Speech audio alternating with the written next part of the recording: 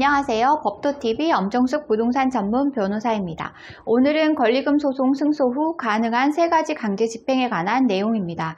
권리금 회수는 세입자가 신규 세입자에게 금전적 가치를 거래하는 정당한 권리 행사입니다. 만약 건물주가 이를 방해한다면 건물주에게 법적인 책임을 물을 수 있습니다. 하지만 권리금 거래 자체를 탐탁지 않게 여기는 건물주들은 소송에서 패소 판결이 나온 후에도 아랑곳하지 않고 버티는 사례로 이어지기도 합니다. 결론부터 말씀드리면 권리금에 대한 손해배상 청구 소송은 건물주가 세입자의 금전적인 재산권에 손해를 끼쳐 제기된 소송이기 때문에 판결 결과를 무시한다고 해서 그냥 넘어갈 수 있는 사안이 아닙니다.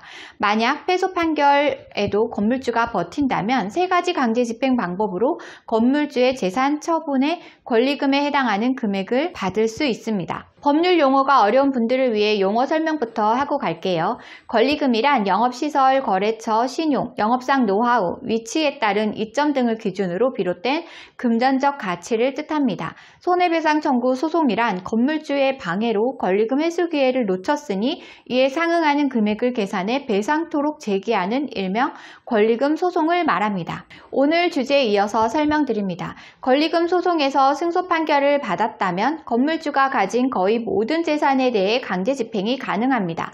그중 가장 확실한 방법은 부동산 경매입니다. 지금 당장 돈이 없는 건물주라도 자신이 보유한 건물은 변명의 여지가 없는 확실한 재산이기 때문에 부동산 경매가 가장 수월한 방법입니다. 건물주 입장에서는 권리금 때문에 건물이 경매에 넘어간다면 상당한 손해를 볼 수 있어 경매 절차 전 돈을 지급하는 경우가 많습니다.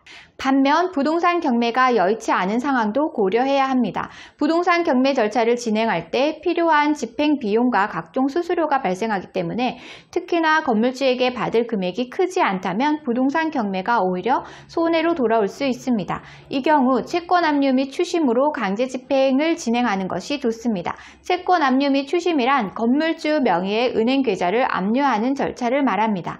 건물주가 사용 중인 은행 계좌를 대상으로 압류 절차가 진행된다면 건물주는 경제활동에 큰 제약을 받기 때문에 심리적 압박이 크다고 할 수 있습니다. 만약 계좌에 돈이 있는 경우라면 압류 절차를 통해 권리금 상당의 돈을 받을 수도 있습니다.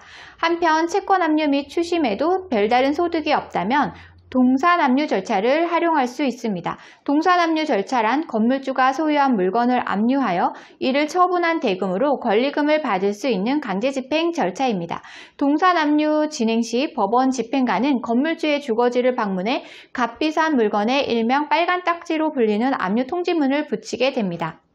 평소 값비싼 외제차를 소유 중인 건물주라면 동산 압류로 차량 압류까지 가능하기 때문에 패소한 건물주는 버티면 되겠지라는 생각을 버리는 게 좋습니다. 따라서 남에게 금전적인 손해를 끼친 부분이 있다면 여러 가지 강제 집행을 통해 어떤 재산이든 처분할 수 있다는 사실을 명심해야 합니다. 오늘은 권리금 승소 후 가능한 3가지 강제 집행에 관한 내용을 설명드렸습니다. 정리하자면 패소 판결에도 버티는 집주인에게는 강제 집행으로 재산을 처분할 수 있다는 것이고요. 부동산 경매가 가장 확실한 심리적 압박 수단이 되겠습니다. 부동산 경매가 여의치 않다면 채권 압류 및 추심, 동산 압류로 재산 처분이 가능하게 됩니다. 오늘 주제와 관련된 문의사항이나 권리금 관련 문의사항이 있으신 분들은 홈페이지에 문의사항을 남겨주시면 이메일로 답변 드리고 있는데요. 홈페이지는 네이버에서 법도 권리금 소송센터를 검색하시면 쉽게 찾으실 수 있습니다. 홈페이지에 접속하시면 상단 우측에 무료 상담 메뉴가 보이실 텐데요. 빨간색으로 체크된 부분은 명확하게 정보를 입력해 주시고 본문에 궁금한 내용을 입력해 주시면 이메일 또는 유선 전화로 답변 드리겠습니다. 오늘은 여기까지 설명해 드렸습니다. 다음에 더 좋은 부동산 법률 정보로 찾아뵙겠습니다. 저는 엄정숙 부동산 전문 변호사였습니다.